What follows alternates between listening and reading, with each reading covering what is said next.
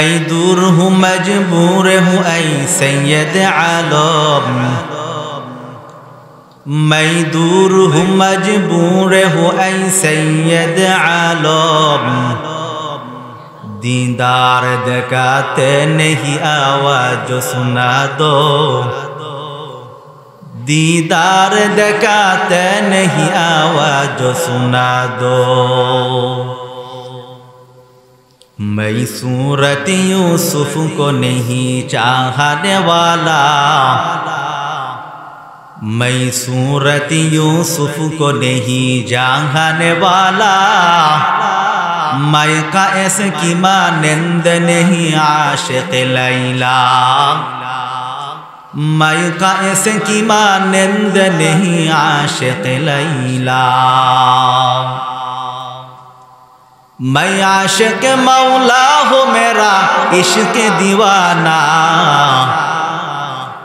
मैं आशिक मौला हूँ मेरा इश्क दीवाना।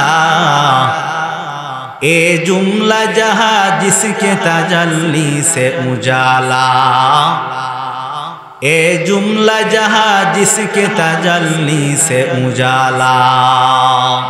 ओई मदीनार माटी रे तुई जे बड़ो खाटी रे,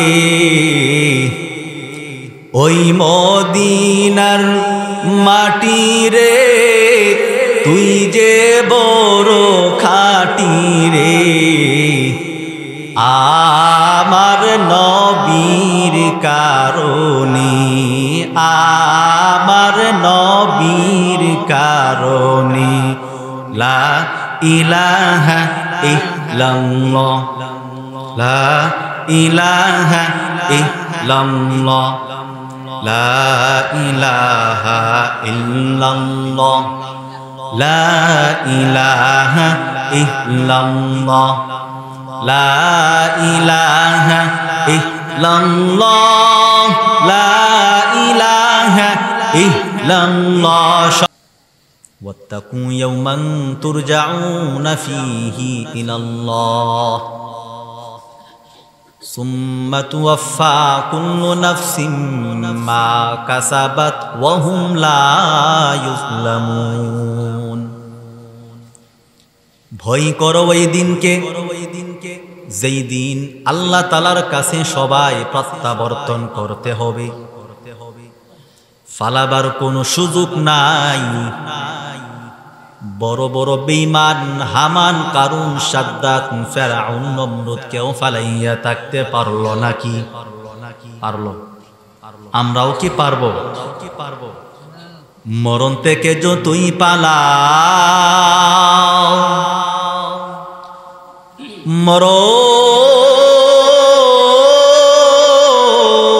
তোমায় নিবে গিরি। যদিও সুদূর আকাশ প্রাণে লুকাও সেটাই লাগিয়া সিঁড়ি। নদী পথে নৌকা চালাও, ও মাঝি ভাই, ভেলা ডোবার আগে আমিও পার উঠতে চাই। ডুবে গেলে বেলার আর উঠে না, ভেঙ্গে গেলে মেলার আর জমে না, ভেঙ্গে গেলে মেলার আর জমে না। নদীর পার ভাঙ্গে ও পার ঘরে, এই তো নদীর খেলা।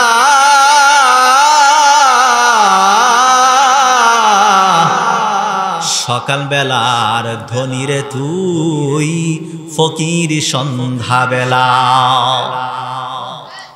গোটা দুনিয়াটাকে শোষণ করেছিল দুজন, শুধু ভারতের মতো রাষ্ট্র নয়, রাশিয়া বলেন, চাইনিজ বলেন, আমেরিকা বলেন, কানাডা বলেন, জাপানি, ইরাকি, তুরানি বলেন, গোটা দুনিয়াটাকে শাসন করেছিল দুজন। আর গোটা দুনিয়াটাকে শোষণ করেছিল দুজন। শাসন হয় ইনসাফের দ্বারা, শোষণ হয় জুলুম অত্যাচারের দ্বারা। যারা শাসন করে তাদেরকে বলা হয় আদেল, যারা শোষণ করে তাদেরকে বলা হয় জালেম। গোটা দুনিয়াটাকে শাসন করেছিলেন ইনসাফের দ্বারা দুইজন মুসলমান। একজন হলো পয়গম্বর সুলাইমান, আরেকজন হলো বাদশাহ যুলকারনাইন। আর গোটা দুনিয়াটাকে জুলুম অত্যাচারের দ্বারা শোষণ করেছিল দুজন। একজন হলো নমরুদ নামে বেঈমান, আরেকজন হলো বখতে নসর, কেউ বলে সাদ্দাম। আল্লাহ জালেমকে দিয়া দেখাইয়া দিলেন কে কি পরিমাণ শান্তি দিতে পারে। আবার মুসলমানদেরকে দিয়াও দেখাইয়া দিলেন কে কি পরিমাণ শান্তি আনতে পারে। বাদশাহ যুলকারনাইন গোটা দুনিয়ার শাসক হইয়া শাসন করে দুনিয়ার থেকে বিদায় নেওয়ার সময় ভক্তদেরকে বললেন, ও আমার ভক্তগণ, আমার ইন্তিকালের পর যখন জানাজার নামাজ হয়ে যাবে, জানাজার নামাজের পর আমার লাশটা একটু বাজার থেকে ঘুরাইয়া দেখাইয়া কবরে নিয়ে যাইও। আর কাপনের ভেতর থেকে ওরকম ভাবে দুটো হাত বের করাইয়া দিও। ইন্তিকালের পর যখন ভক্তরা তার ওসিয়ত মোতাবেক কাফনের ভেতর থেকে দুটো হাত বের করাইয়া বাজার থেকে ঘুরাইয়া দেখাইয়া কবরে নিয়ে গেল। দুনিয়াদাররা বলল, দেখ সেকান্দার বাদশাহ যুলকারনাইন গোটা দুনিয়া ক্ষমতা পাওয়ার পর রূপ সামলাইতে পারে নাই। মরণের পর কাফনের ভেতর থেকে দুটো হাত বিছাইয়া আরো কিছু চায়। মুসলমানরা ডাক দিয়া কই রে না, দুনিয়াদাররা না, বড় গোটা দুনিয়ার মানুষদেরকে উপদেশ দিয়ে গেলেন, হেরে দুনিয়ার মানুষ, আমি সেকান্দার বাদশাহ যুলকারনাইন গোটা দুনিয়া ক্ষমতা পাওয়ার পর আজ আমি খালি হাতে কবরে রওনা হলাম। সব কিছু ফালাইয়া বান্দাজকে একা একা কবরে রওনা হলেন। সঙ্গে কিচ্ছুই গেল শূন্য অবস্থায় দুনিয়া থেকে সম্পদ সব রাজত্ব ফালাইয়া আজকে কবরের মধ্যে পথের প্রতীক হয়ে গেল। আমরাও কি যেতে পারবো?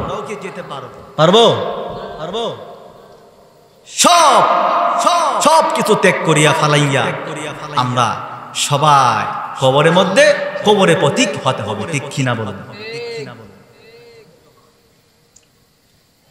এত বাহাদুরি করেন কিসে?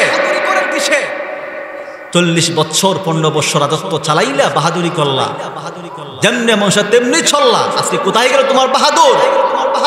টাকার বাহাদুরি করেন, ক্ষমতার বাহাদুরি করেন, গোষ্ঠীর বাহাদুরি করেন, শক্তির বাহাদুরি করেন, এমপি সাহেব, মন্ত্রী সাহেব বাহাদুরি করেন।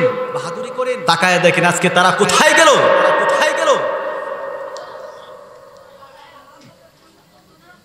মেম্বার সাহেবের বাহাদুর কোথায়? চেয়ারম্যান সাহেবের বাহাদুর কোথায় গেল? আজকে তাকায় দেখেন মেম্বার সাহেবের কোনো বাহাদুর নাই, চেয়ারম্যান সাহেবের কোনো চেয়ার নাই, ঠিক নাই। এমপি সাহেবের সংসদ ভবন নাই, প্রধানমন্ত্রী সাহেবের গণভবন নাই। আল্লাহ বলেন, যেদিন আমি তোমাদেরকে ধরব ফালাইয়াও 5 মে আগস্টের মতো মাছে বাতে বাঙালি জুহুরের খাবার না কে পলায়ন করতে বাধ্য হইবা, ঠিক নি? ও মন তুই দুনিয়ার মায়ায় পড়ে করছো কত বাহানা, এই যে নই তোরা আসল বাড়ি, কবর যে তোরা আসল ঠিকানা, ঠিক নি? এই যে নই তোরা আসল বাড়ি, কবর যে তোর আসল ঠিকানা। ভাই বেরাদার যারাই ছিল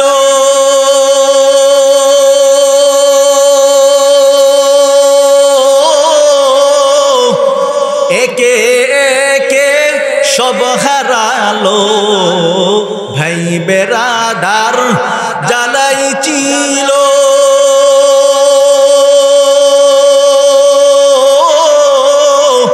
একে একে সব হারালো। তুমি আমি কেউ রব না, তুমি আমি কেউ রব না, দিতে হবে রওয়ানা। এই যে নই তোর আসল বাড়ি, কবর যে তোর আসল ঠিকানা। এই যে নই তোর আসল বাড়ি, কবর যে তোর আসল ঠিকানা। কবর পথের জাতির তুমি,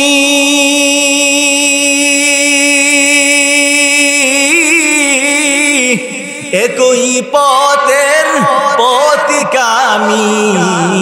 কবর পথের জাতির তুমি,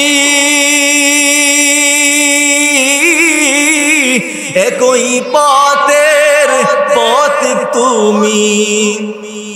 তুমি আমি কেউ রব না, তুমি আমি কেউ রব না, দিতে হবে রওয়ানা। এই যে নই তোর আসল বাড়ি, খবর যে তোর আসল ঠিকানা। এই যে নই তোর আসল বাড়ি, কবর যে তোর আসল ঠিকানা। ও মন তুই দুনিয়ার মায়াই পড়ে করছ কত বাহানা। এই যে নই তোর আসল বাড়ি, কবর যে তোর আসল ঠিকানা। আমাদের ঠিকানা কোথায়? আমাদের ঠিকানা কোথায়? অষ্টগ্রামের মানুষ সুলাইমান আলাইহিস সালাতু ওয়াস সালাম, নাম শুনছেন? আল্লাহ তো ক্ষমতা দিয়েছেন, জমিন থেকে 9 মাইল উপর দিয়া সিংহাসনে ভ্রমণ করতেন। আল্লাহ তো ক্ষমতা দিয়েছেন, গোটা পৃথিবীটাকে এক মুহূর্তে ভ্রমণ করতেন। ওই সুলাইমান নবীকে আল্লাহ একদিন ওহী নাযিল করিয়া বললেন, পয়গম্বর অমুক সমুদ্রের মধ্যে যাও, আমার নিদর্শন দেখে আসো। পয়গম্বর সুলাইমান আলাইহিস সালাতু ওয়াস সালামের একজন খাদেম ছিলেন, তিনার নাম হলো আসেফ। ওই আসেফকে নিয়ে সমুদ্রের মধ্যে চলে যায়, যাইয়া সমুদ্রের এপার উপরে গুনতেছে, কিন্তু কোনো নিদর্শন দেখে না। আল্লাহ আবার ওহী নাযিল করিয়া বললেন, পয়গম্বর সমুদ্রের পাড়ের মধ্যে গুনলে চলবে না, সমুদ্রের ভিতরে চলে যাও। এবার পয়গম্বর সুলাইমান আলাইহিস সালাতু ওয়াস সালাম খাদেমকে পাঠাইলেন, খাদেম ভিতরে চলে যাও, যাইয়া দেখো নিদর্শন কি আছে। এবার খাদেম চলে গেল সমুদ্রের ভিতরে, যাইয়া দেখে সুন্দর একটা 4 দেয়ালের ঘর, উপরেও পানি, নিচেও পানি, ডাইনেও পানি, বামেও পানি, পানি আর পানি। এত একটা সুন্দর ঘর, 4 দেয়ালের ঘরের ভিতরে মধ্যে একটা ফোঁটাও পানি প্রবেশ করে না। এবার খাদেম চলে আসলো, আসিয়া বললেন, ও পয়গম্বর, চার দেয়ালের ঘর দেখা যায়, উপরেও পানি, নিচেও পানি, ডাইনেও পানি, বামেও পানি, পানি আর পানি। এত একটা সুন্দর ঘর, এই ঘরের ভিতরের মধ্যে বিন্দু পরিমাণ পানিও ঢুকে না। এবার পয়গম্বর সুলাইমান আলাইহিস সালাতু ওয়াস সালাম ভিতরের মধ্যে চলে যায়। ঠিক দেখে তাকাইয়া সুন্দর একটা ঘর, চার দেয়ালের ঘর, উপরেও পানি, নিচেও পানি, ডাইনেও পানি, বামেও পানি, পানি আর পানি। এত একটা সুন্দর ঘর, যেই ঘরের মধ্যে চার দেয়ালের ঘর আছে, এত একটা সুন্দর ঘর, উপরেও পানি, নিচেও পানি, এই ঘরের ভিতরে বিন্দু পরিমাণ পানি প্রবেশ করে না। পয়গম্বর সুলাইমান আলাইহিস সালাতু ওয়াস সালাম আরো কাছে চলে যায়, তাকাইয়া দেখে এই সুন্দর ঘরের মধ্যে সুন্দর একটা যুবক, সুদর্শন একটা যুবক, এই ঘরের মধ্যে আল্লাহর নামে জিকির করতেছে। বাসুলাইমান দাদে মুলকু সরওয়ারি সুদমুতি কাদে মাসতে ওয়াফুরি কাদের কুদরত রতুদারি বরকামাল আনতা রব্বি আনতা হাসবি জুল জালাল তুহি কাদের জলিলুল্লাহ জাহাদা বহর হালে তুই মেরা নগাহাদা। পয়গম্বর সুলাইমান আলাইহিস সালাতু ওয়াস সালাম গোটা দুনিয়ার শাসক হইয়া শাসন করে দুনিয়া থেকে বিদায় নেওয়ার আগ মুহূর্তে একটা মসজিদ নির্মাণ করার পদক্ষেপ করলেন, সিদ্ধান্ত করলেন। কি মসজিদ? যেটা আমরা জানি বাইতুল মাকদিস নামে পরিচিত, ফিলিস্তিনের মধ্যে অবস্থিত আছে। আজকে এই মসজিদকে নিয়ে গোটা পৃথিবীর মুসলমানেরা যুদ্ধ করতেছে ইহুদিদের সাথে।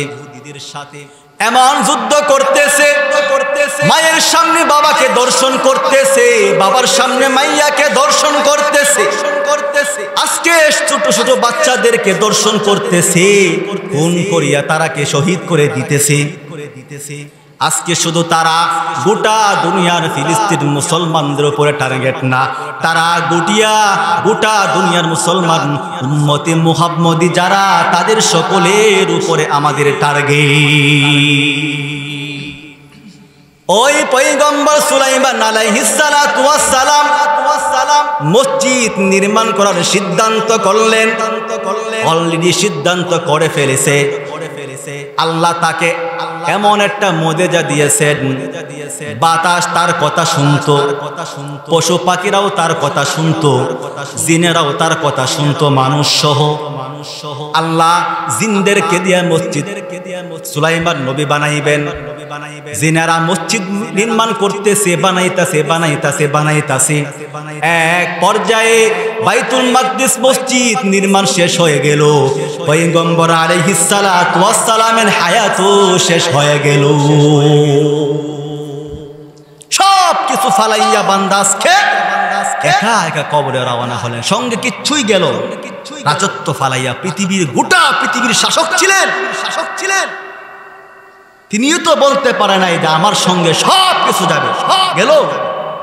আমরাও কি যেতে পারবো? আপনার মাইয়া, আপনার ফুলা, আপনার স্ত্রী, আপনার মা, আপনার বাবা, আপনার আপনজন, কেউ কি আপনার সঙ্গে যাবে? সবাই একা একা কবরে রেখে দিয়ে চলে। গায়ের জামাগুলো বেলে দিয়ে কেটে কেটে রেখে দিবেন। ফরনের মধ্যে থাকবে আমার 3টা সাদা কাফন।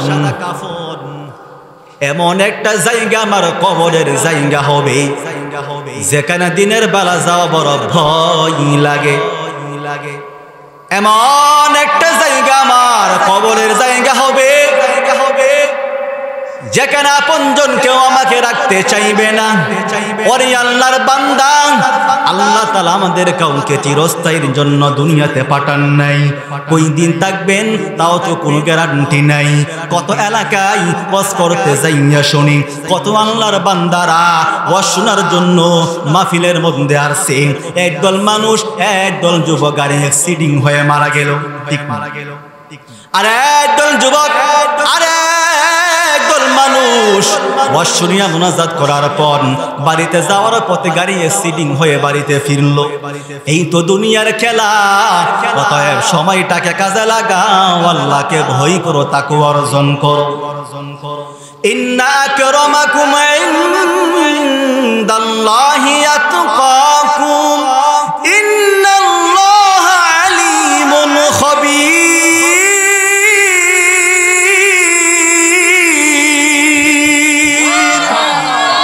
কাদের কুদরত রতুদারি বন কামাল আনতা রব্বি আনতা হাসবি জুল জালাল তুহি কাদের জলিলুল্লাহ জাহাদা বহর হালে তুই মেরা নেগাহাদা। আল্লাহ তাআলা বলেন তোমাদের মধ্যে ওই ব্যক্তি বড় দামি, বড় সম্মানিত যার মধ্যে তাকওয়া থাকবে, আল্লাহর ভয়। সন্তান মা বাবার সামনে কোনো অন্যায় করে না, কারণ মা বাবাকে ভয় পাওয়ার কারণে। বিচারকের আসামি বিচারকের সামনে কোনো অন্যায়মূলক আচরণ করে না, কারণ বিচারককে ভয় পাওয়ার কারণে। ছাত্ররা উস্তাদের সামনে কোনো অন্যায়মূলক আচরণ করে না, কারণ উস্তাদকে ভয় পাওয়ার কারণে। ঠিক যেই আল্লাহর বান্দার অন্তরের ভিতরে তাকওয়া থাকবে, ভয় থাকবে, ওই বান্দা আল্লাহর কাছে কোনোদিন গুনার কাজ করবে না। কথা কোন ঠিক কিনা? এক সাহাবী ওমর রাদিয়াল্লাহু তাআলা আনহুকে প্রশ্ন করলেন তাকওয়ার সম্পর্কে। ওমর রাদিয়াল্লাহু তাআলা আনহু বলেন, তাকওয়া এমন একটা কঠিন রাস্তার নাম যে তোমার চলন্ত পথে এমন একটা রাস্তা পেরিয়ে যেতে হবে, পুরা রাস্তা জঙ্গল আর কাটা, ওই কাটাযুক্ত রাস্তা পেরিয়ে যেতে হবে তোমার মূল গন্তব্য স্থানে। তোমার কেমন কষ্ট হবে? বলে অনেক কষ্ট। ওমর বলেন এর থেকে বড় কষ্ট হলো আল্লাহর তাকওয়া। তাকওয়া এমন একটা দামি সম্পদ, গলায় ছুরি আসবে, এরপরে গুনার কাজ করব না। আর এই বয়ের নাম তাকওয়া, বয়ের নাম খাউফ, বয়ের নাম খশিয়া। লাউ আনজালনা হাযাল কুরআন আলা জাবালিন লারাআইতাহু খাশিআন মুতাসাদ্দিআন মিন খশিয়াতিল্লাহ ওয়া তিলকাল আমসালু নাদরিবুহা লিন-নাস লাআল্লাহুম ইয়াতাফাক্কারুন।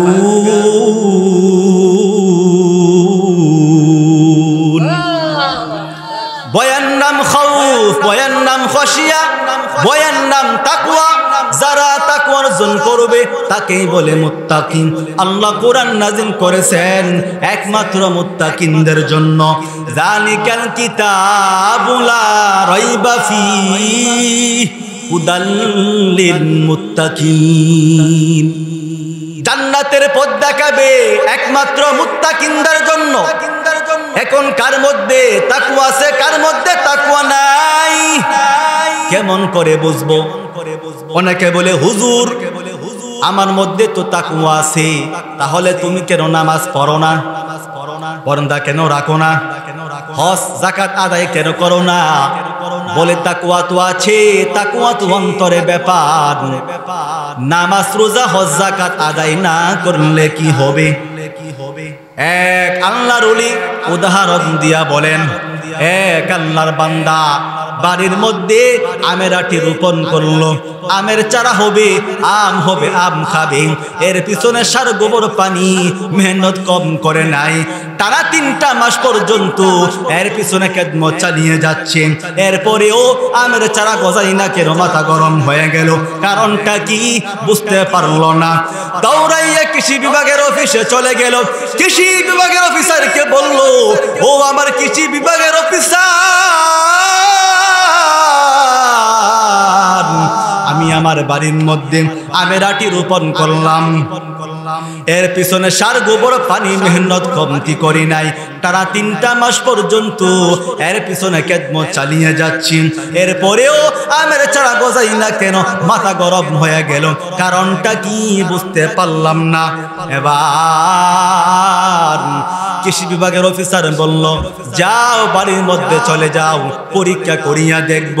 কৃষি বিভাগের অফিসার যখন আসলো, পরীক্ষা করিয়া দেখলো, ও আল্লাহর বান্দা, তুমি যে বাড়ির মধ্যে আমের আটি রোপণ করলা, এর ভিতরের মধ্যে একটা নরম জিনিস আছে, ওইটাকে বলা হয় অঙ্কুর। ওই অঙ্কুরটা যদি তাজা হইতো, আমের চারা দেখা যাইতো। অঙ্কুরটা পচে যাওয়ার কারণে আমের চারা দেখা যায় না। ঠিক তেমনি ভাবে ও অষ্টগ্রামের মানুষ,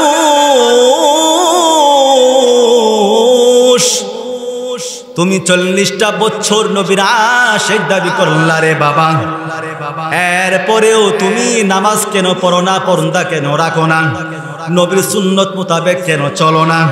বলে তাকওয়া তো আছে, তাকওয়া তো অন্তরে ব্যাপার। নামাজ রোজা হজ যাকাত আদায় না করলে কি হবে?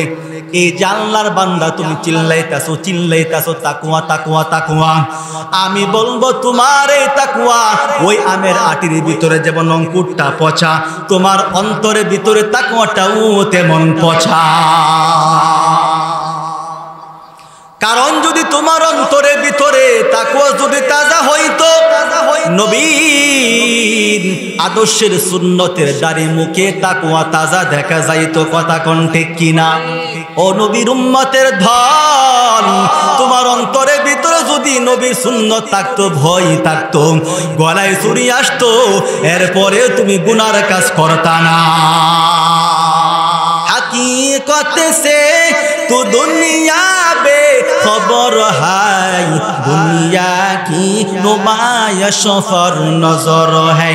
नमी गुयम के आज दुनिया जुदा बाश, बहर कारे के बाशी बा खुदा बा। चिश्ते दुनिया आज खुदा গাফেল বুদান নাই কবাশো নকরা হো ফর জিন্দাজ। আমাগো মানুষে এত ভয় পাই কেন?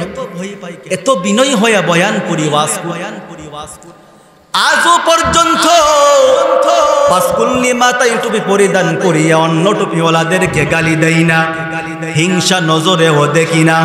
এটাও তো বলি নাই তুমি পাঁচকুল্লি মাথায় টুপি পরিধান করো, অন্য টুপি পরিধান করিও না। এটাও তো বলি নাই তুমি কওমি মাদ্রাসায় লেখাপড়া করো, উজানিতে পড়ো, চরমানায় পড়ো, বাহাদুর পড়ো, স্কুল কলেজ ভার্সিটিতে লেখাপড়া করিও না। একবারও বলি নাই তুমি কে আওয়ামী লীগ করে, কে বিএনপি করে, কে জাতীয় পার্টি করে, কোনো ভেদাভেদ নাই। যে যে দল করো না কেন, তুমি বিএনপি করো, তুমি জাতীয় পার্টি করো, কোনো বাধা নাই। কিন্তু মনে রাখতে হবে ও আল্লাহর বান্দা, তুমি যতদিন দুনিয়ার জমিনে বাঁচবা, গোলামি করবা আমার আল্লাহর, যতদিন তুমি দুনিয়ার জমিনে চলবা, আদর্শ মানবা মদিনা। আমার মন কান্দে যাইতে মদিনায়, আমার মন কান্দে যাইতে মদিনায়। গরিব আমি বাংলায় বাড়ি, গরিব আমি বাংলায় বাড়ি, কেমনে যাব মদিনায়?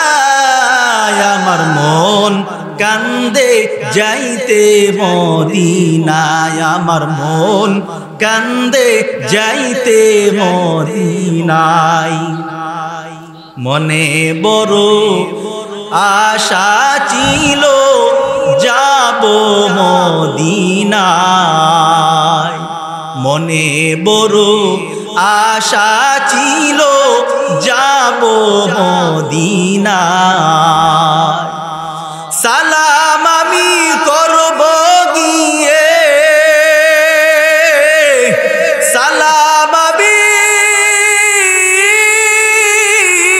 করব গিয়ে মদিনা রওজা।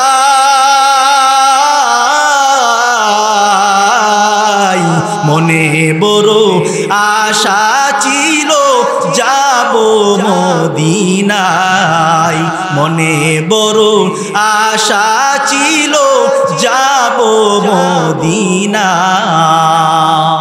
আসসালামু আলাইকুম ওয়া রাহমাতুল্লাহি ওয়া বারাকাতুহু।